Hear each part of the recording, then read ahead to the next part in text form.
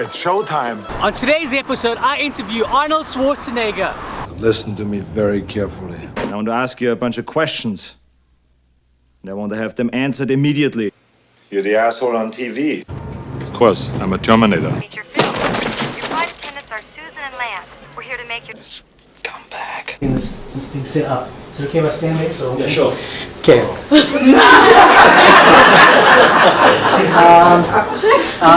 South Africa has a national development plan by the year 2030. We did a lot of things from government and the citizens.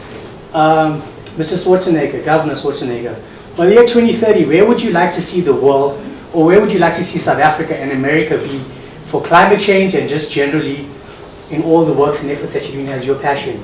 So once you leave, and this video will probably still be there by 2030, what would your message be to those people?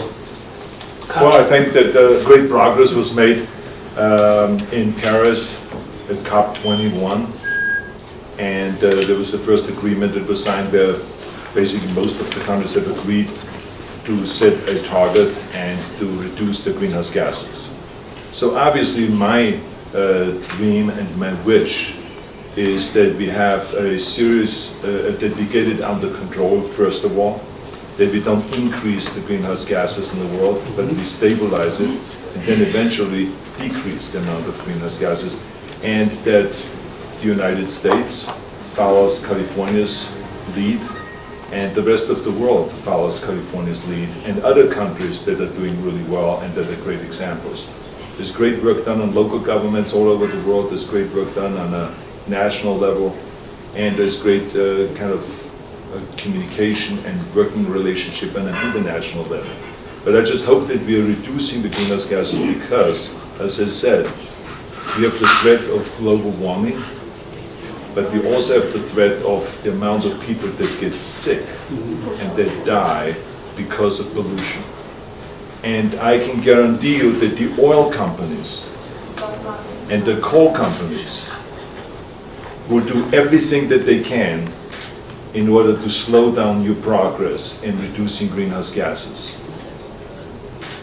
But you cannot let them do that. We have had the oil companies and the coal companies try to slow us down. As a matter of fact, they wanted to go directly to the people with an initiative and circumvent the legislators and the lawmakers in order to stop all of our environmental progress. And they put millions of dollars behind it. But we went out, Democrats and Republicans went out in California and raised $31 million and beat them. Fantastic. Beat them by 61%, I mean, by a clear majority, because we communicated with the people and we told them that they only have one interest, this is to sell their coal and to sell their oil. And the important thing to know is that I'm not an enemy of coal and oil because we still need it. Of course. But we need to reduce it.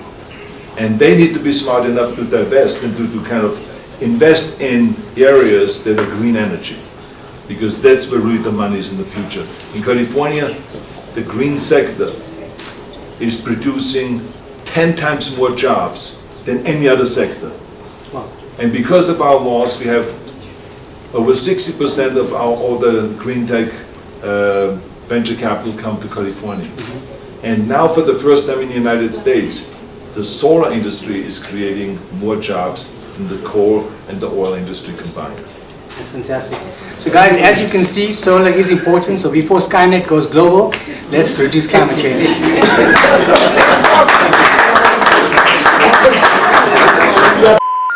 We're sorry, the number you have dialed is not in service at this time.